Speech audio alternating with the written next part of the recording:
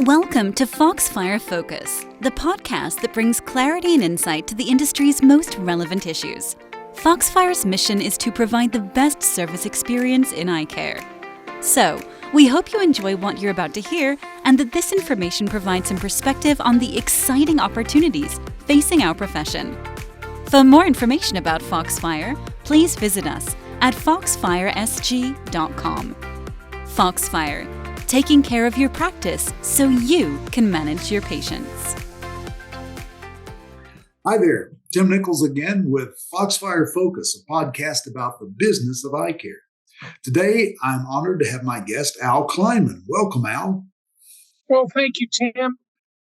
Al is recognized as one of the, if not the leading expert about the business of optometric practice.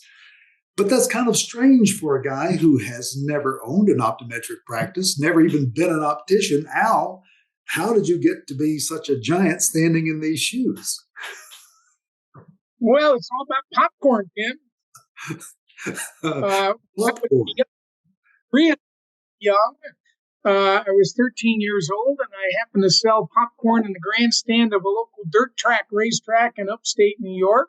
Mm-hmm. And one of my customers every week was a gentleman by the name of Bill Lusk, optometrist. And he loved stock car racing and actually sponsored a car. And he bought popcorn from me every week. And I learned, met him. And he subsequently moved to the little village that I grew up in and bought a big estate next to an estate that I was the yard boy for. And when I was just 14, he hired me as his yard boy. And the rest, as they say, is history. You were at the right place at the right time.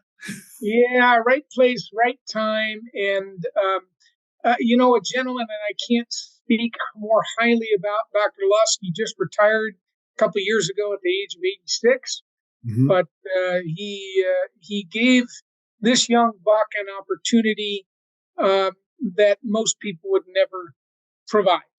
Yeah. And, Bill had an eyeglass importing business, eyeglass frame importing business. And when I was just 16, he hired me as his first salesman. And by the time I left high school, I had 4 salespeople working for me. And I was the national sales manager for his eyewear distribution company. I've heard you tell the story that you had to leave a meeting in order to go to your high school graduation. And what was that meeting?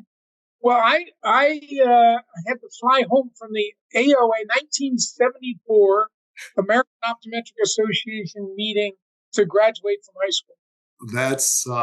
That's a pretty long history in the business, Al. Yeah, 50 years, my friend. Now, you and I listened to, all through our lifetime to a fellow from Duluth, Minnesota, who sang a song that the times they are a-changing. And I don't know if that's ever been any more true than today, that the times, particularly for optometry, are really, really changing. And was it Winston Churchill that said, don't ever waste a good crisis?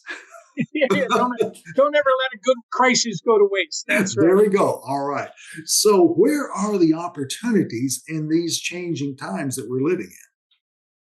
Well, that's a great question, Tim. First of all, I'm not sure, given my history, that things are changing all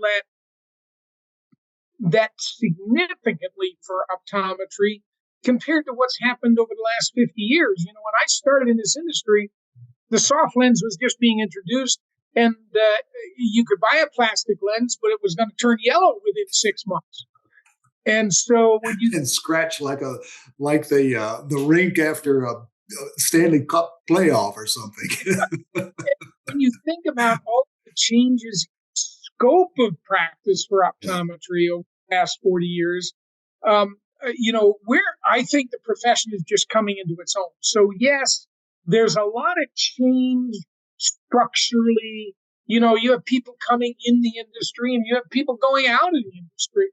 And certainly private capital has found the industry once again. This is not new. So what we're going through in terms of private equity consolidation I've been through it now. This is the third time around that I've seen it. Mm. So I don't think that's all that different.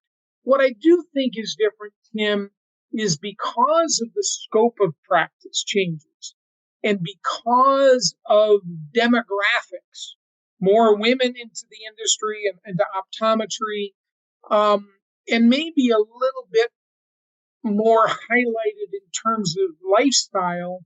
Mm-hmm. The we'll call it the classic entrepreneurial optometrist, the Tim Nichols, who started out with nothing and worked, 7 days a week, 24/7 to build your practice. Yeah.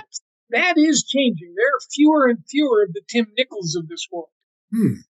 But I don't think it's. I don't think it's. I don't think it's such a change. And the other thing that I say, Tim, you've heard me say this before. If I were an optometrist, which, contrary to popular belief, I'm not. How would I practice? Well, I would travel 11 months of the year seeking out those true patients that would take care of that would hire me and pay me $250,000 a piece to take care of their eyes. Now, why do I share that? I share that because optometry is not one profession. When I came into the business, it was one profession. You were a refractionist, you sold lenses and eyeglasses, and that was pretty much it. You did tonometry. That was the big test. Today, it's 40 or 50 professions. And, you can be everything from a refractionist to a post-operative, specialist, to even in now 4 states, I believe, you can cut out an eyeball. There's dry eye specialty and binocular vision specialty and development vision specialty, et cetera, et cetera. Aesthetics. I have clients that have eye spas next to their practice. So, make a long story short, yeah, there's a lot of change, and change is happening faster and faster. But from a perspective, which is perspective, is that a word?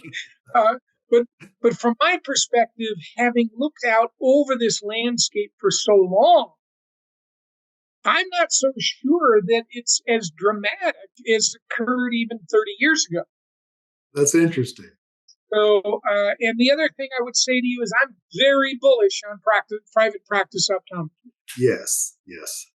Now that being said, where are the sinkholes and the hidden traps that optometrists will fall into and get left behind? And even if things are not changing quite as radically as I had imagined.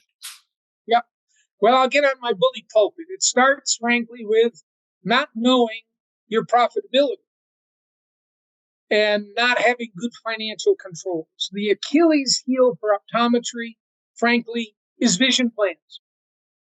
And that with inflation, especially over the past couple of years, you can pretty well figure that inflation has taken a 10% bite out of practice economics, while most practitioners have almost no ability to raise their fees. And so there's the proverbial squeeze that's going on, that if you are not on top of your financials and really understanding the financial performance of your practice, that's probably the biggest sinkhole there is. And maybe, there's a lot of student debt out there. It's taken $250,000 to become an optometrist.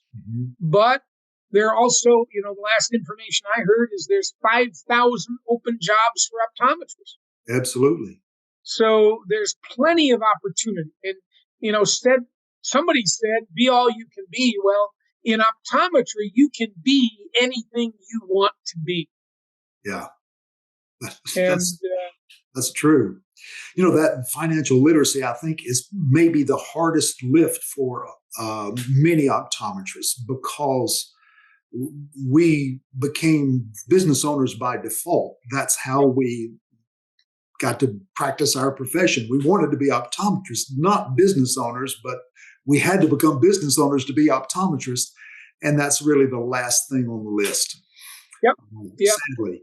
But I think I've learned, and thanks to your tutelage on that's really one of the most critical things you need to be paying attention to.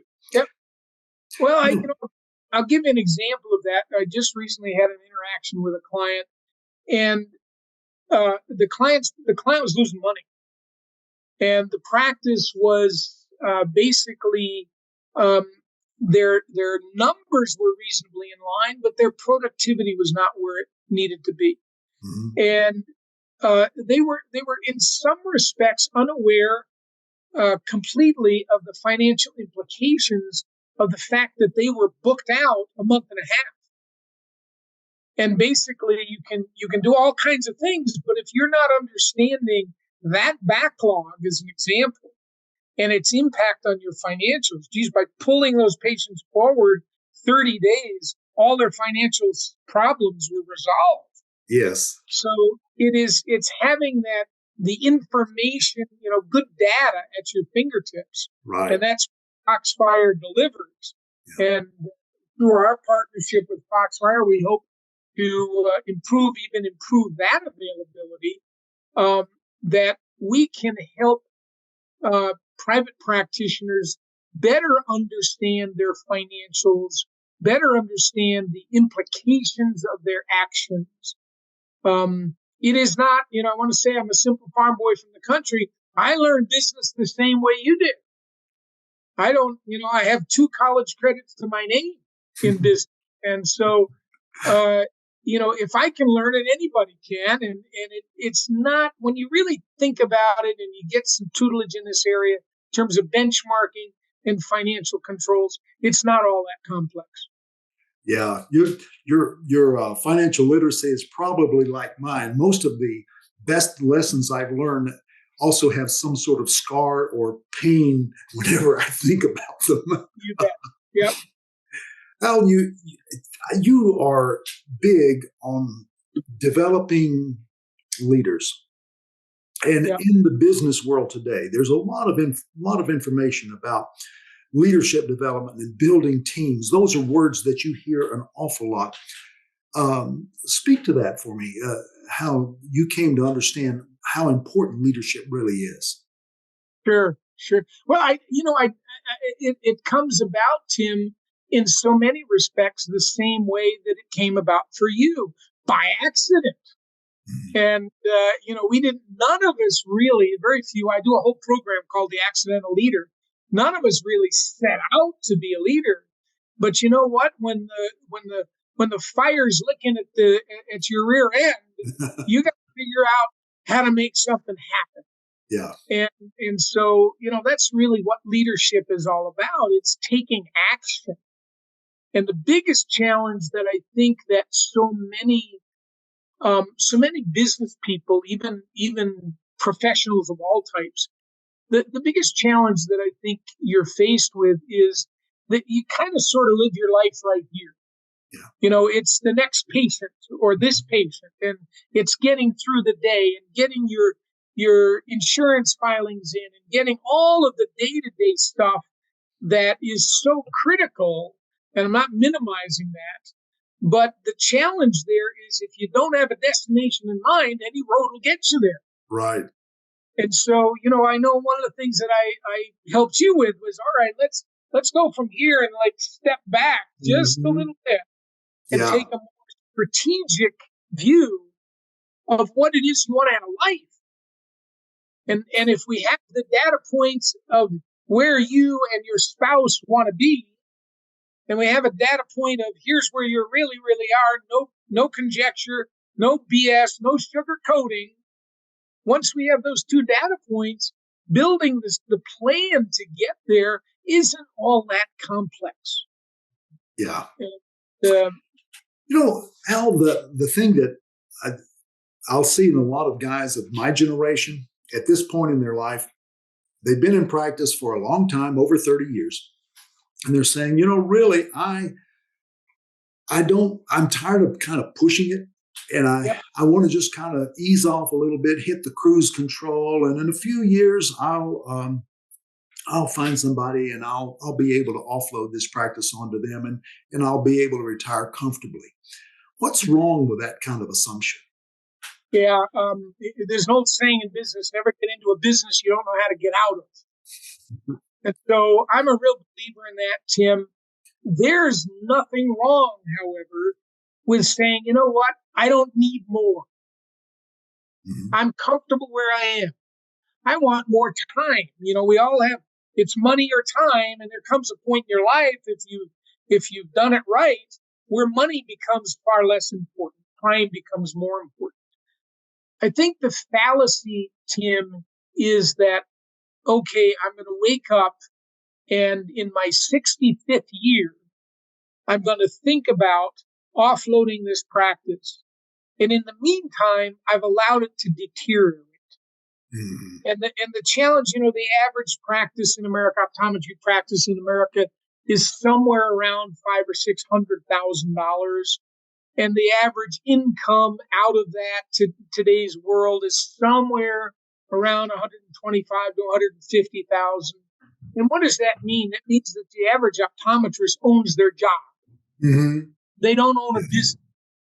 And so part of this is, it's very hard to examine your own eyes. And I would guess that very few optometrists even attempt to do that. And yet you tend to, I want to be careful about the word you, all professionals tend to try and perform their own eye exam, their own strategic exam themselves. And you just don't have the expertise and the experience to identify what's possible. Mm-hmm. And at Cleinman Performance Partners, our mission is transforming lives through recognized and realized possibilities. But just as you in your first week as an optometrist, compared to 10 years later, your understanding of what was possible Right. with a patient's eyes Mm-hmm. was very, very limited. Yeah. And as you get experience, you get more and more, I call it arrows in the back, Right. that then lead to creativity. And that's why what I'm saying to you is the mistake that I think that most professionals make is they don't talk to an expert in practice transitions before thinking about this. Right. And the prime age is, if you're a solo practitioner, if you're 55, you got to have a plan. Because there's too much in today's market. There's too much money sitting on the table, frankly, if you don't. Too many mistakes are made. Right. That's a great point. And I hope if the folks listening to this podcast will really take that one to heart. I have to say, I really, again, thank you for helping me be where I am right now today, because I saw it at about, it was probably about that age. Yep. Saying, I'm going to have to think of how I'm going to end this wonderful ride that I'm on. Well, and I never forget my visit to Albertville and the lovely dinner I had with you and Leanne, and the nice chats we had, and sometimes it's just exactly that. It's just really a chat, and again, I talk about often this issue of you don't know what you don't know. Right.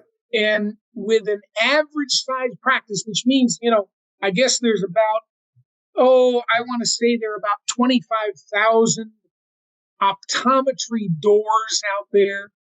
And that means that at least half of them are average or more. So you've got somewhere around 12 to 15,000 optometrists that have an average practice. And their knowledge base generally is they only think about one way to get out. I'll bring in an associate or I'll sell the practice. There are other ways. And experience is that teacher. Yeah. So, well, you, I know, are a great reader, and you love to add to your knowledge base about a variety of topics. So if I were to ask you, what are 3 books that every optometrist ought to have in their Kindle or on their bookshelf or in their Audible or whatever right now? What 3 things would you recommend they be reading? Well, selfishly, Tim, I would say the first one is this book by this interesting author called A Different Perspective, an entrepreneur's observations on optometry, business, and life. And I turned that tome out in 2017, I think it was. It really is a primer on how to think strategically as an optometrist, and frankly, how to understand the business and business workings and have a life. Yeah. And I think, boy, if there's any lesson that I can impart, it's, you can do your business, and it's even easier today for optometrists than ever before. You can do your business and have a wonderful life. Yeah. They're not this concept of work-life balance. I've never believed in it. I believe in work-life integration, and optometrists can have a wonderful life with some really simple things. And I'll stop there, but read the book. Okay.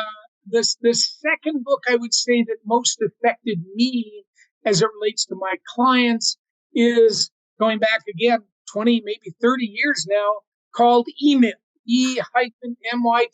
I know you've read it. Yes. Changed my life. It did. Yeah, E-Myth, and E-Myth's story is why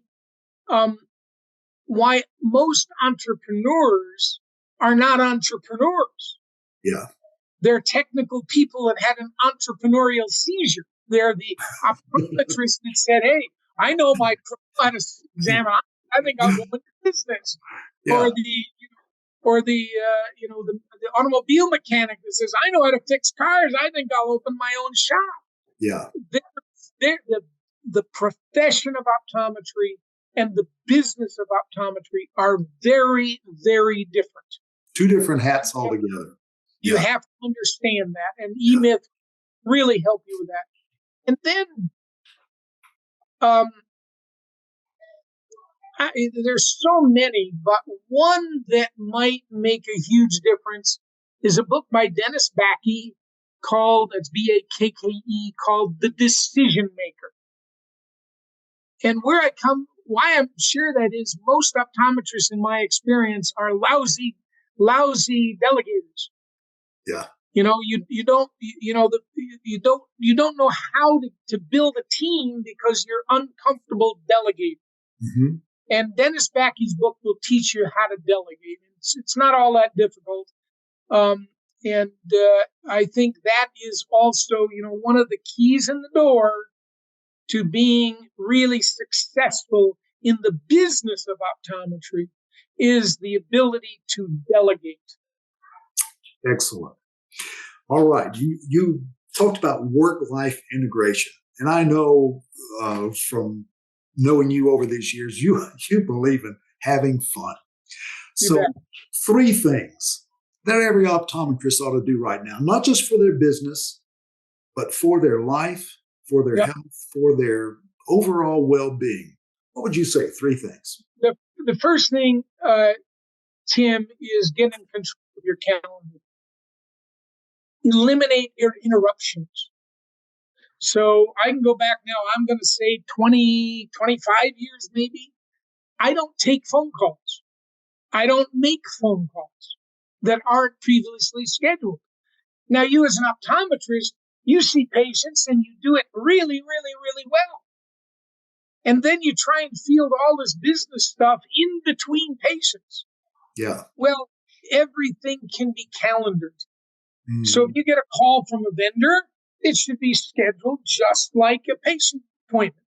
Mm-hmm. If your wife wants you to go to the Walmart to, or God forbid, to some other store to pick up something, you put it in your calendar. Yeah. My life literally is right here. Mm-hmm. Right here. And if I have something to do, I put it in my calendar.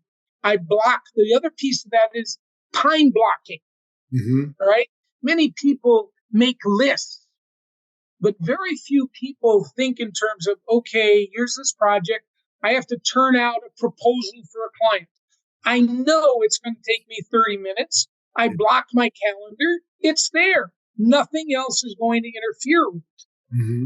So get in control of your calendar, eliminate interruptions. Mm-hmm. And one of the reasons that I share that is I happen to be, no surprise, a little bit ADD. Mm-hmm. And so, and yet my work requires great concentration. Working on transactions, working on contracts and things like that requires a great deal of concentration.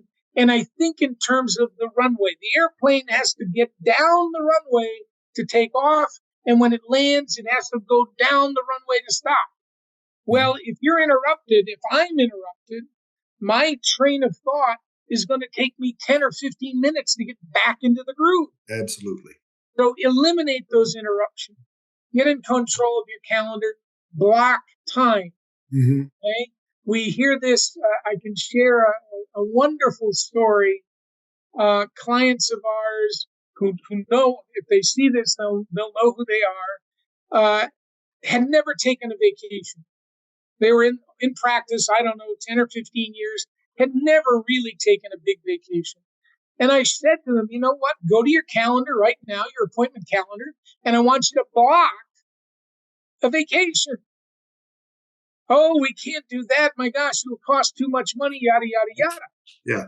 And so they did that, and I'll explain the other point in a second. They did that, and 3 or 4 or 5, 6 months later, we get a photograph of somebody's feet on the beach holding a drink, and it said, the tagline said, "Brought to you by Cleinman Performance."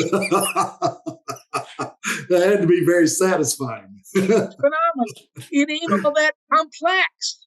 Yeah. So, again, if you're seeing patients 3.5, 4 days a week, odds are you have holes in your schedule. Yes. Crunch those holes out. Number one. Okay, that's garbage time.